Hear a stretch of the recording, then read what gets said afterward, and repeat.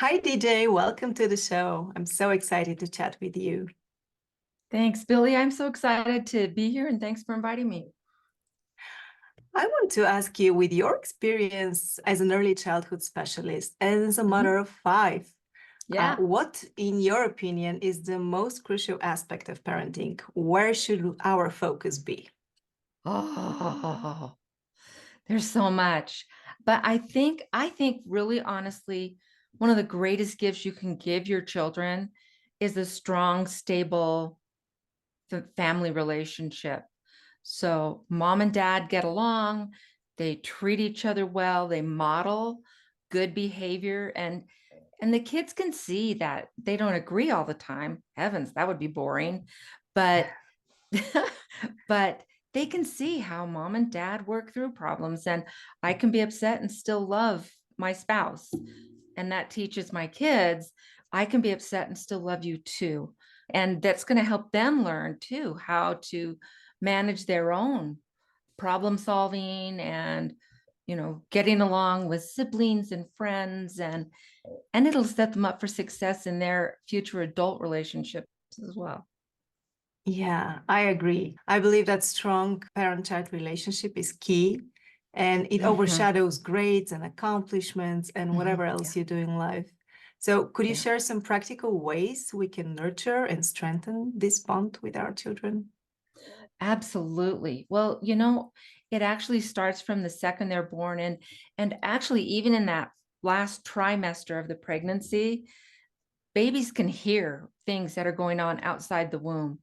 And, it's a whole nother language or whatever. I mean, it's not that but they can hear tones of voice. They can hear, daddy. It's a great time for daddy to even connect with the baby, talking to the baby through the womb, and letting it hear the voice. But then as they are born, I think just holding them and snuggling them, that opportunity for skin to skin contact and letting them feel and smell. And it's not just mommy that can do that, dads can do that too. And that's something you can do throughout the whole first year of life. But I think as you start out, things like just smiling at the baby and talking with the baby all the time and sharing what you're doing and letting them hear your voice and see that you are pleased to be around them.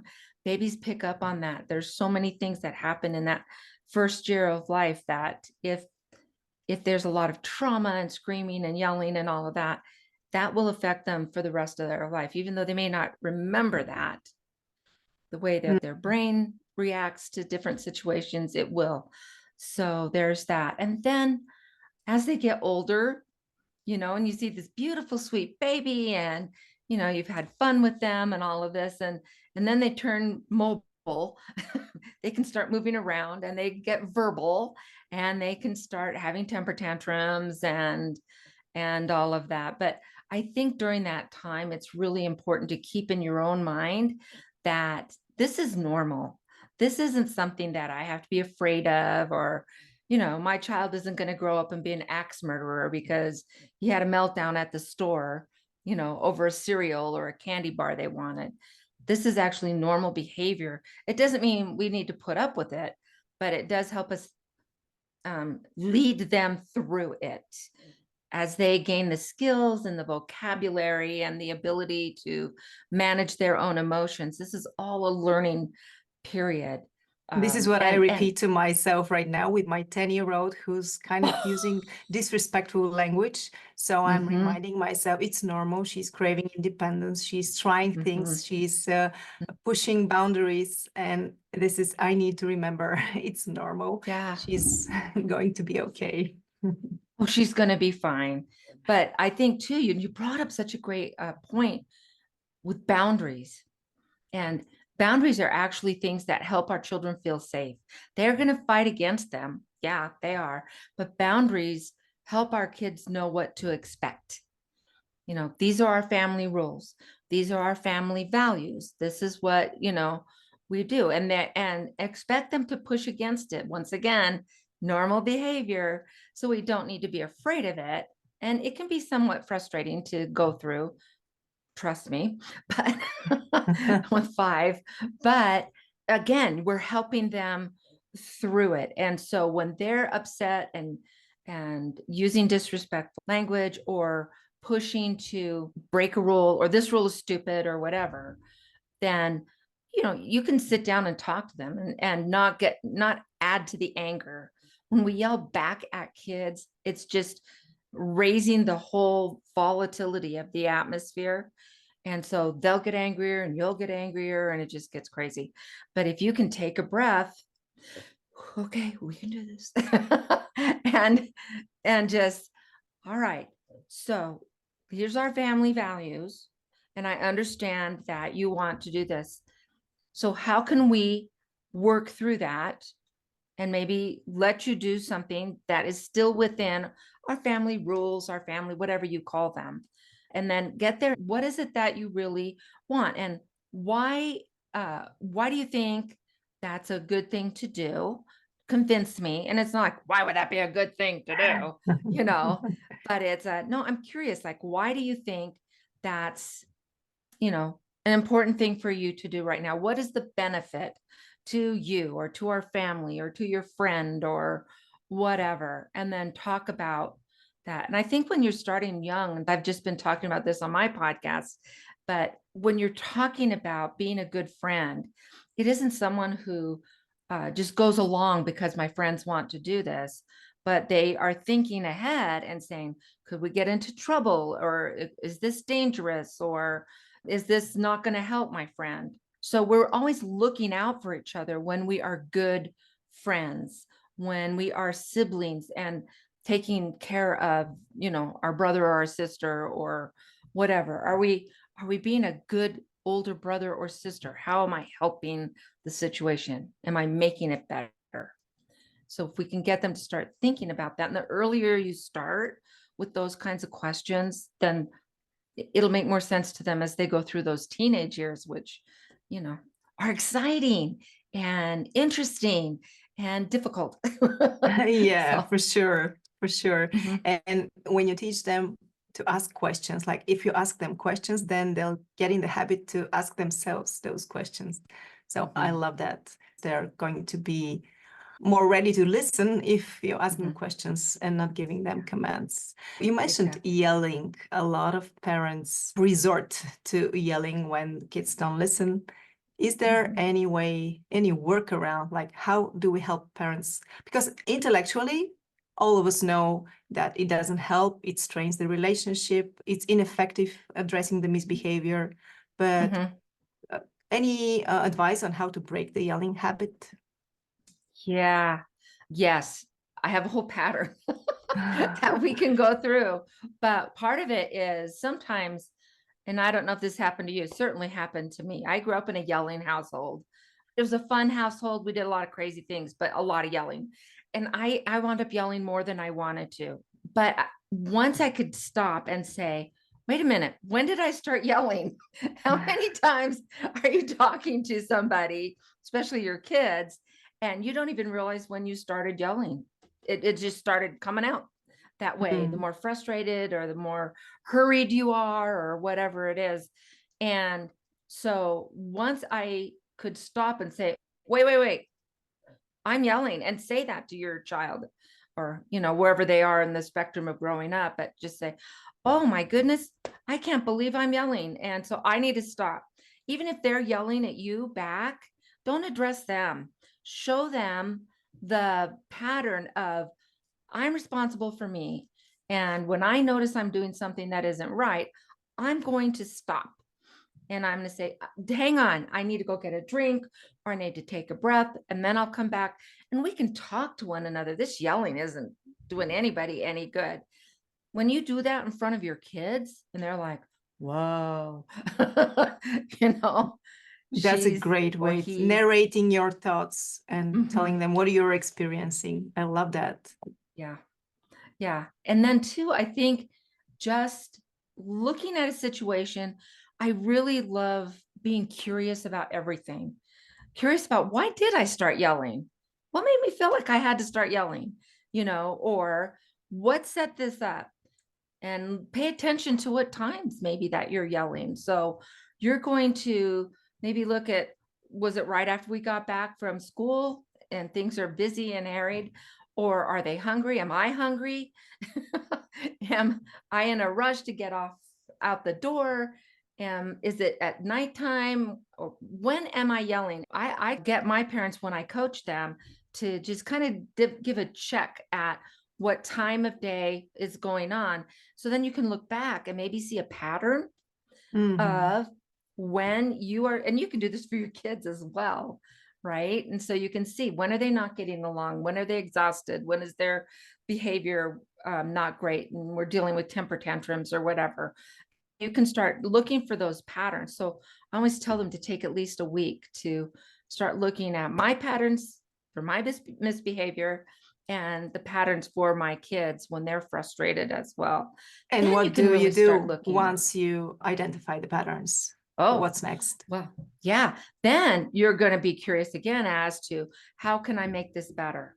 If your kids are old enough, you can say, guys, I've noticed that we are yelling or we are arguing right before dinner, or share the pattern with your children. Now, this is going to be for kids probably second grade and older.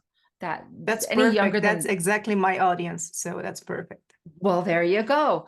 And so you're going to be able to sit down and share with them and say, wow, I noticed that this is happening a lot at this time. How can we fix it so that people are feeling better? Get their opinion, because if they can share in developing the answer, you're going to have a higher chance of them actually following through with whatever you decide to do as a group to make things better. So, Okay, so and create an maybe agreement yes, of what are we about to do next time. yeah. And then they're going to blow it. I'm going to blow it as a mom. I'm going to, and they'll be like, you agreed. It's like, yeah, I did, didn't I? So let's take a step back, see where we went wrong. And so when you're talking to them in that kind of tone and saying, oh, I noticed that we're not getting along really well right now. Can we step back and see, well, he's doing this and he's doing that or whatever. They're getting mad. You won't let me do this. Okay, well, let's take a step back. Remember what we agreed on and how we're going to talk to one another, right? And I really want to hear what you have to say, but I can't really understand it when you're yelling at me. Now, I'm not yelling back, but I'm just saying, let's take a breath so that we can talk in a way that I can understand you and where you're coming from. And we can talk about it more. I love that. And that is also true for sibling conflict, because this is the most triggering part for me. It's like I can self-regulate when it's me and the kids, but once they start fighting between each other, it's just so hard. And sometimes I'm like, okay, leave them handle it by themselves. But so often they come back and they're crying because they're hurt. And I'm like, why didn't you go in earlier? What's the right approach in your opinion? Yeah. Well, I have a couple of them. One of them is, yes, let them try to work it out as best you can between themselves. That's actually the best thing. And then if it keeps going on and you can see that it's getting worse, or they come to you and they want you to solve the problem. So I'll tell them, do you want me to get involved then? You want me to help you, right? Yes, all right. And so then I will sit and let's say it's Susie and Johnny, right? So Susie, Johnny, I want you to sit here. We're going to listen to Susie's side of the story. You're not going to say anything. Just listen, please. And then Susie can tell her, and he'll jump in. Whoa, no. I'm like, oh. When Susie's done, we're going to hear everything you have to say. But right now, we're totally listening to Susie. Then Susie's done. And I will say, okay, is that everything? Yes, it is. Or and then they'll go on some more. Okay. Then it's Johnny's turn. And Susie will want to interrupt. No, we listen to you. Now we're going to listen to Johnny. And so then when they're both done, I'm not going to say, well, here's what I think the problem is. I'm going to ask them, do you see an answer here that you two can work on that will be the right answer for both of you? And then if they can't or they refuse, And especially at the beginning of this, when you first start doing this, they may refuse. And so you'll say, okay, well, I can come up with the answer if you want. I think you'll like it better if you guys come up with the answer, but I can do it if you want. And my answer is generally like, no fun, right? The blouse seems Right. to be the problem, gone. But that's my favorite blouse. Yeah, but you are my favorite people. And I don't want something as silly as a blouse coming between, or a toy, or whatever it is. I don't want that coming between my two favorite people in the whole wide world. It breaks my heart that you're arguing. So you're more important than the blouse. What Just if get rid it's of it. not an object, but it's a behavior? She's so annoying. Everything she says is so annoying. I can't stand her being in the same room. Nobody wants to leave the room and go in the other room. So Right, one starts hitting, the other one says, she was first. She's so annoying. What right, about that? right. And I don't ever worry about who started it, because you'll never get to the bottom of it. Mhm. Right. And so, but I will say, okay, let's stop for a minute. What is annoying? So give me an example of what she's doing that's annoying. Oh, she's singing too loud. Oh, she's singing too loud. And how does that make you feel? I want to read. She's interrupting my thoughts. I cannot Mhm. concentrate. I want her out. So you can't read if she's singing, is what Right. I'm hearing. All right. So, sister, what do you think is the issue then? Your sister, did she ask you to stop singing? Did she say anything about stopping the singing? No, She never asked you to stop singing. she Okay. said I'm annoying. Okay. So, older sister, can you see? You just said she's annoying. You never said, Susie, could you please stop singing? I'm really trying to read here. And is there something else that you can do, or another room? When you use that kind voice and you're talking, but it sounds like Susie didn't understand really what it was you wanted, because you just said she's annoying. Right. Yeah. See? So now we're getting into more of that. Now, one of my favorite things, because I'm all about let's find joy in parenting, right? And Awesome. let's have some fun. So, one of the things that I like to do is, if they're just arguing and being, I would do something like, I would take a kitchen pot and put it on my head, and then go in the room where they are and either start vacuuming or dusting or doing stuff in the room, not even looking at the girls, not even saying anything. But they're going to notice that you're walking around with a pot on your head, right? I love that. Mom, what are you doing? I'm just cleaning up. Mom, you've got a pot on your head. What? No, I don't. Mom, there's a pot. And so you can just be silly about it, distract them, have some fun with it, and then Yes. say, just giggle and laugh with them, bring them in, give them a hug, and say, so what was all of this about? But once you can get them to distract and disengage from the issue, from the problem, now they're looking at something different, then you can laugh about it and then say, come on, come talk to me. What were my darlings arguing about? So you're using that loving tone, loving words. And so you can do some silly things. My mom, so I'm the oldest of 7 kids, and there were 5 boys. And you can imagine there were some arguments that happened. She would come in and start singing this song. It was Love at Home. I'll never forget it. And she would just la la la, and there is beauty all around. And she'd do it in her opera voice, and be all silly. And that was kind of the equivalent of the pot on the head. But she would do it in such a funny, silly opera voice that we'd have to stop arguing so we could turn around and laugh at her. So just find different ways to distract, get them laughing or giggling. And then once they've disconnected, then you can bring them in and talk to them about, now, what was the issue? That's a great approach. I love it. Thank you. You're welcome. So it's almost like they are not effectively communicating. One of them is not understanding the needs of the other. So we need to get in and facilitate the process. Another thing that you can do too is I really advocate for at least weekly you can call them whatever you want, but basically it's a family meeting, right? Where everyone comes together and have something fun, their favorite dessert, or start with playing a game that they enjoy. And so mom and dad and the kids are all together. And then you can role play and say, I noticed that we're having trouble communicating when one of our siblings is doing something that bothers us.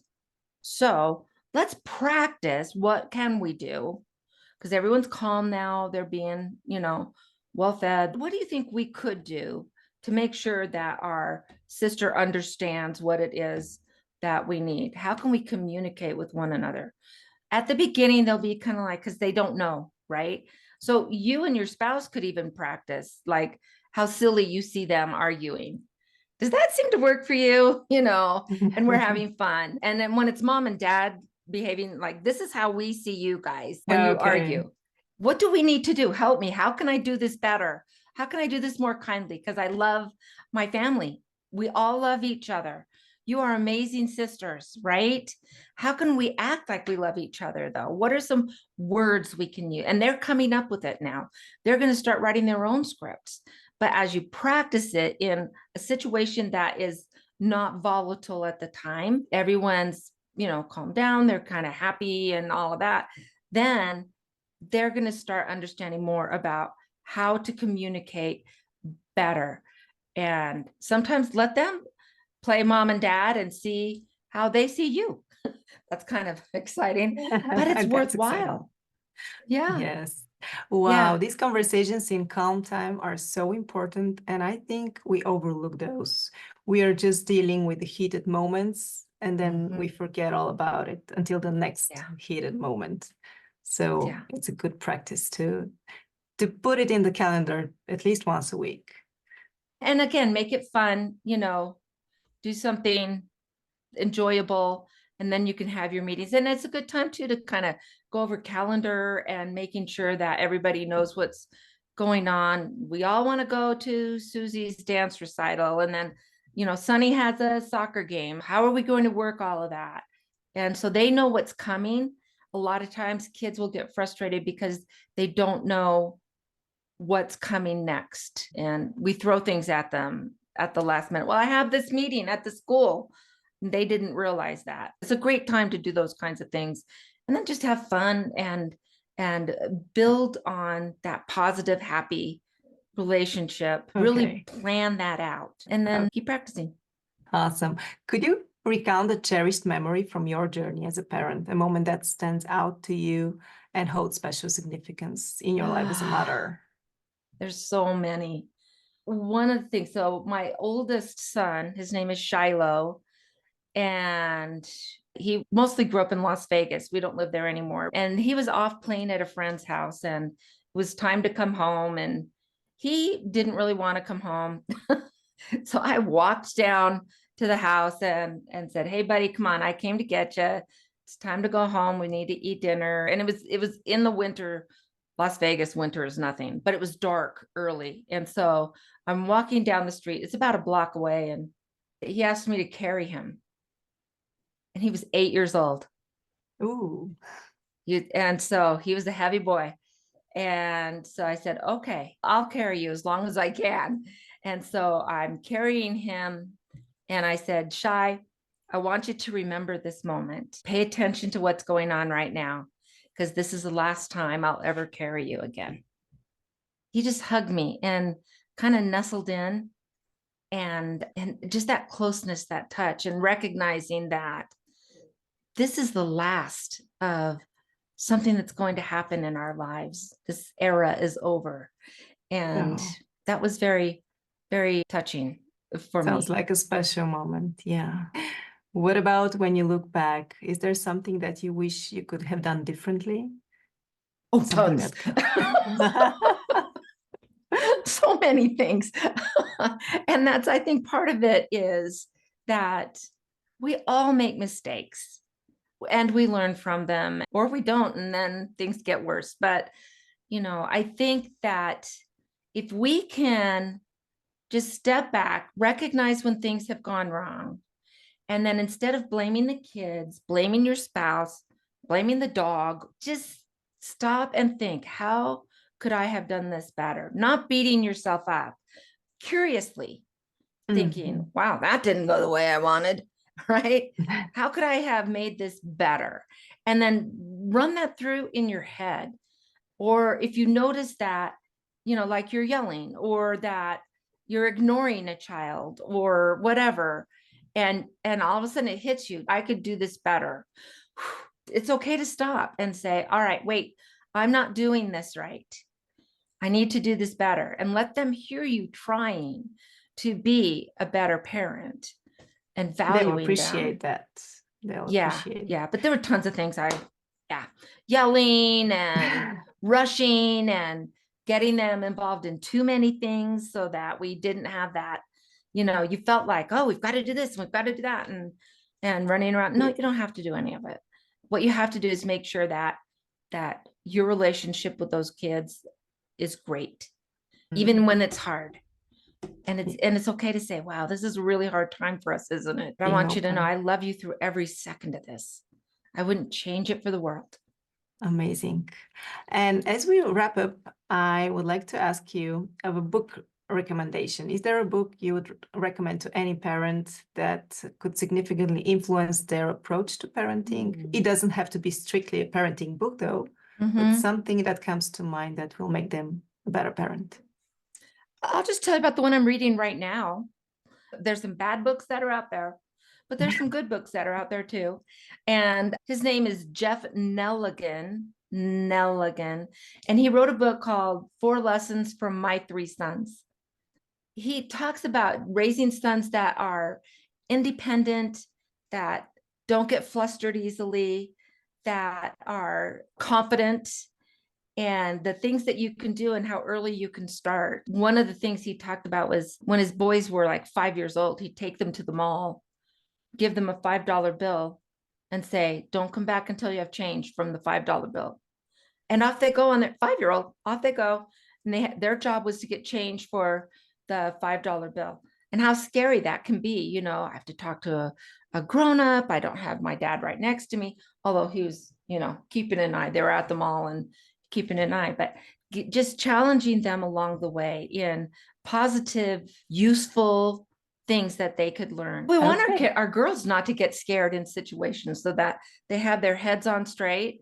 And instead of getting all, oh, I don't know what to do, it's like, oh, I know what to do in this situation. And they're less likely to become victims or to be picked on or whatever, because, you've enabled them to know what to do. Exactly. And we tend to be overprotective most of the time. So we do. We need some inspiration. Okay. It was a pleasure chatting with you, DJ. Thank you. Would you like to tell us more about your podcast and any other ways people can connect with you? Sure. So my podcast is Imperfect Heroes, Insights into Parenting. You can get it anywhere that you get podcasts. And we talk just about raising children. We have a theme for every month. So we're just finishing a theme of love. Next month, we're doing patience, how to instill and create patience in our kids and in ourselves. And so, we have a good time. I do coaching. And so you can always get a hold of me too on my website, which is www.littleheartsacademyusa.com. And I'm on Facebook, Imperfect Heroes Podcast, Instagram, Imperfect Heroes Podcast. And so you can always get me there. And then I have a book that here is the book recommendation. Yeah, this is my favorite, but it's just about a little boy who's going through managing a lot of emotions and learning the words to properly express. So the title of the book is Roman is Bigger, and he's not mad. He is bigger than mad. Have you ever had a day like that? And so finding the words to express himself. It's just a vocabulary word. It's got a parent's page in the back on how to build your child's vocabulary. And there's even a lesson plan for teachers in there, since I am a retired teacher. We all need more words for emotions because we're not in the habit of naming our emotions. Yeah. And that's a big part of communication, isn't it? It is. Yeah, it is. Thank you, DJ. Thank you so much. Well, thank you for having me. I really enjoyed this.